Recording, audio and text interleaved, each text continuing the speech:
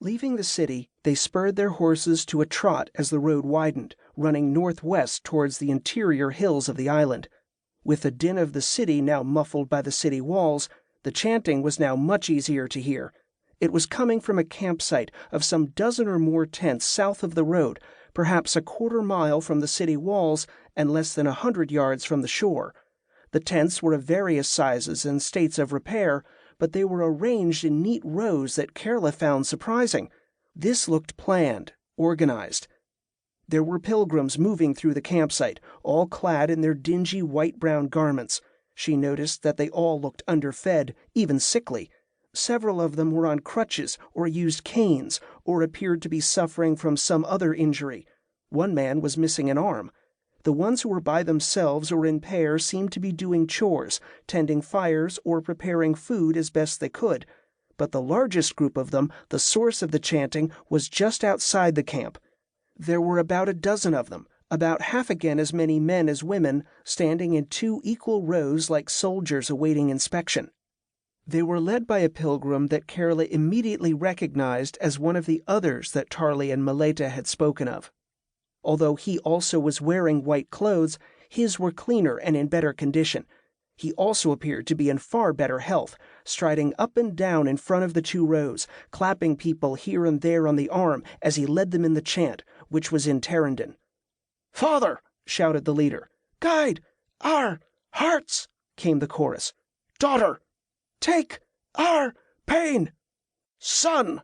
Give us strength!" The chant was then repeated. Carla turned to Wick, who had a look of grim resignation on his face as he studied the group. "You do recognize them, don't you?" Wick sighed. "Aye, mistress. They're not dressed right, but no one else prays like that. They're sword priests." Grievous glanced around to make sure there were no strangers within earshot. "They are praying? They look like conscripts before a drill instructor." "Praying? Training? It's all the same for sword priests," Wick replied. "Your father trained as a sword priest, didn't he?" Carla asked. "Aye, mistress. Never rose higher than an acolyte. He met my ma before the full ordination, but he kept his skills sharp. He still starts every morning just like they're doing now, except he's got a sword in hand as well and goes through the basic attack and defense drills. He even does some of the advanced ones too, when his back's not acting up." "That lot down there don't have any weapons," Clegg observed, "and to be honest, they look a bit scrawny." "If the pilgrims are coming here for healing," Carla observed, "I'm not surprised if most of them don't look like they're up to carrying swords." "To be fair, mistress," Wick added, "I'd say just the one leading the others in prayer is a sword priest." "Have you ever heard of sword priests joining a pilgrimage?" The guard shook his head. "Generally, you find sword priests where there's a danger to the faith. Most of them are stationed along the eastern border of Terrandor, keeping an eye on the Alkefi."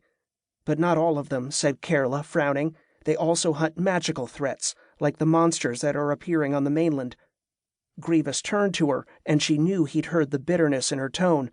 "And they consider your people to be monsters?" She did not reply for a moment. "Yes." Wick was surprised. "Mistress, I'm sorry." "We can talk about it later," she said. "There's another of them up ahead of us." She gestured at a man standing on the left side of the road, a short distance away. He was dressed as a pilgrim, but he looked to be cut from the same mold as the leader of the prayer group, tall and well-muscled, with wide shoulders. He had dark red hair and beard, both cropped close, which did nothing to conceal the long scar that ran down the side of his face from temple to jaw, giving him a perpetual twisted scowl. He was stepping up to each group of travelers on the road as they passed, speaking quietly to them. Most of the time, the travelers handed him some parcel or small items such as fruit or a loaf of bread.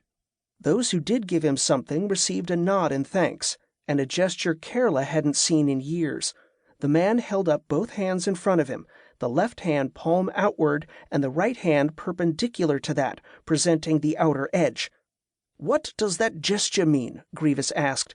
"The sword and board," Wick replied. "That's the short name for the blessing of the sword and shield. If we needed any more proof he's a sword priest, that's it." He shook his head. "Still don't understand what any of them are doing down here."